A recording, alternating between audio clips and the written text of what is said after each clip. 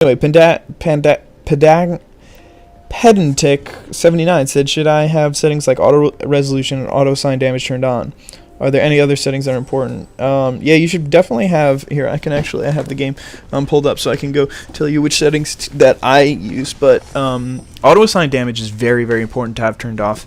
The game will just screw you over sometimes in double blocks, and you want to be able to assign that yourself so that you can choose which cards that you want to kill and stuff.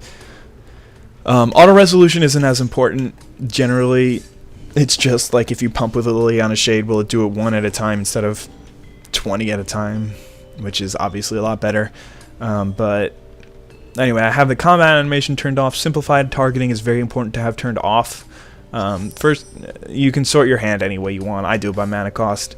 Hold priority is another very important thing. You don't want to give any your opponent's information, because if it just passes by your face instantly, then that means that you don't have a sorcery to play, so you don't, or a creature to play, so you don't ever want to give them more information than they deserve. Browse entire library I have turned off. It's almost always useless, and it just makes it more annoying. Auto assign damage I have turned off. Also auto resolution I have turned on, and then enable premium foils obviously doesn't matter. So those are the settings that I have. Anyway, Nadav Komor asks, I always wonder if you are a college student. Well, you have always yeah, I am. I don't know where I was going with that. Four Branches asks, I know you love limited, but what kind of constructed decks do you play IRL, whether it be FNM or just casual? Also, non-magic question, what was the last concert you went to? So, as for the first question, I think I've pretty much answered that. I don't really play much constructed in real life. If I do, it's with my modern deck, which is red-green aggro.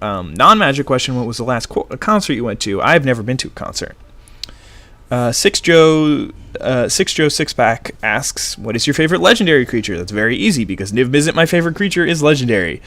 Really Furry asks, is there a way to counter Obedient Shadowed with Goblin Ganglands? No, not really. If you win quickly, you can beat Obedient Dead very, very quickly, and before they get their stuff going. But if they have Infest or Mutilate, then you're just gonna lose pretty much every time. Then there's a whole bunch of replies to Drithric's question of, are you gay? The answer to that is no, and I'm just going to move on. Elvenhim, when will you be carrying out your 24-hour Exalted Darkness Marathon livestream? I'm actually planning to go back and play Duels of the Planeswalkers 2012 and just do back-to-back 24-hour live streams of Machinations followed by Exalted Darkness. And that'll be sometime soon. Undisclosed time, undisclosed location, so you have to be hip enough to actually be able to get in. For those of you who don't know, I'm not actually doing that. I'm just messing with it. I don't know. I felt like just leaving it at that, but then I felt like I might actually get comments saying, when are you going to do the live stream? So anyway, All You Mad Bro asks, should Duels of the Planeswalkers have a draft? 2014 would be good, but I prefer it now. LOL. That's never gonna happen. Drafting is too much fun for them to give it away for free. So even if you had to pay a significant amount of money at the beginning, they would never do it. Additionally, people who play Duels of Planeswalkers don't want to sit around for 3 hours to do a whole draft. Usually, I mean, that could be a generalization, but I don't think it would work out well, and it's never going to happen. So, yeah, sorry about that. I mean, it might happen. I'm not Wizards, but I really don't think it will. Argumentable asks, where do babes come from? Funnily enough, this question was actually asked in the last time I did a question and answer video, and I'm going to answer it the same, well, actually better way this time. When sperm fertilizes eggs, that's how babies are made. Anyway,Ncalbreezy asks, how long have you been playing Magic? I already answered that. General estimate of how many cards you own, really hard to count, but I'm 3,000, I'll say. LFC fan SW, how old are you? I am 20 years old. When did I start playing Magic? Answer that one already. Clopper asks, you've been talking about mana efficiency a lot. How come? So this question, god damn it, I'm gonna spend like 20 minutes on this question, but I feel like it's an important question to answer. So okay, let's get started here. When I started playing Magic, I understood Magic on a different level than I understand it now. When in a year, I'm sure I'll be saying the same thing. I'm going to understand Magic on a completely different level than I understand it now. Mana efficiency is one of those things that I just didn't see. I never used to understand that happened. But being able to use all your mana every turn means that you basically ramp. Because if you're using your mana every turn and they're not, that means that you're playing more spells quicker than they are. And while that doesn't always lead to victory, it leads to an inherent advantage that you should be taking advantage of, because you already can. It's not like you're cheating, and it's almost like you're cheating and you're getting more cards than they are, because you can play your spells faster, which generate card advantage. So it basically is like you're playing more you're playing more. You start with 8 cards in your hand. It's basically what it's the if you know about mana efficiency and your opponent doesn't. So yeah, there you go. DH River asks, do you do anything for luck when you play? No, I do not. I don't really believe in luck, but we'll leave it at that. Anyway, Brick Waller asks, what is your quest? I feel like this is from something, and I'm supposed to have like a good answer that's like standard, but I don't know what it's from. So, yeah. Derek Tao asks, what deck or decks do you find completely underrated? Born of Flame, I guess, in this deck, because I've heard people in this game, because I've heard people say that Born of Flame is one of the worst decks in the game, and I think it's by far the best deck.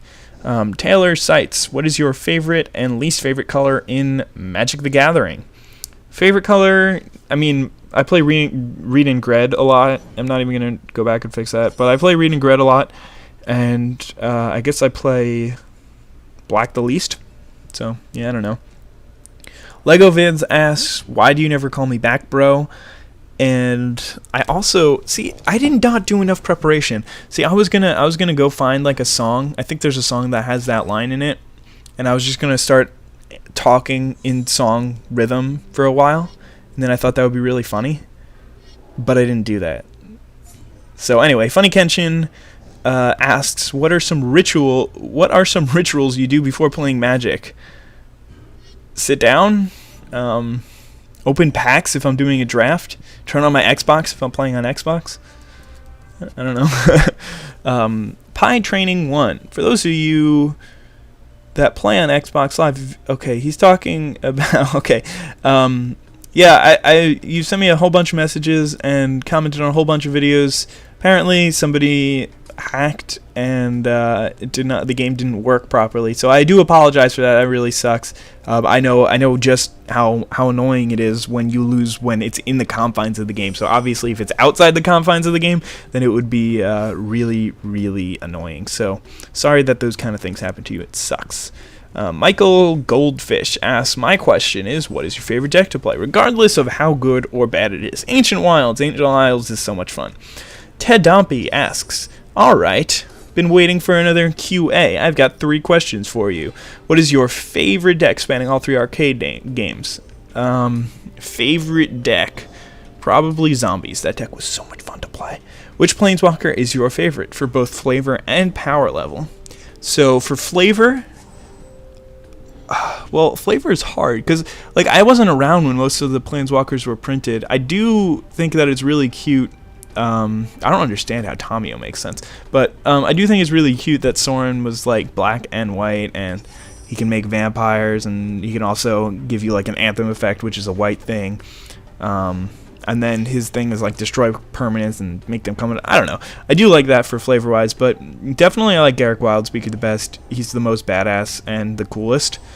And as for power level, it's just Jace the Mind Sculptor, because he's the most powerful Planeswalker by far. And, like, you can make an argument that he's one of the most powerful cards ever printed. But anyway, question 3, favorite band/musical artist? Rebecca Black. Chuck Cannon. What are you going to school for? You seem to be amazing at mental math. I appreciate that. I don't think I'm that good at doing math in my head, especially when I'm doing it on these videos. It's really, really hard to concentrate for whatever reason. Maybe that means that I would be a lot better at playing Magic if I wasn't commentating, if I can't even do math in my head. But anyway, as I mentioned earlier, I'm studying information systems and supply chain management. It has been asked, but what are your favorite IRL decks? And so it's been asked, so I don't have to answer that one again.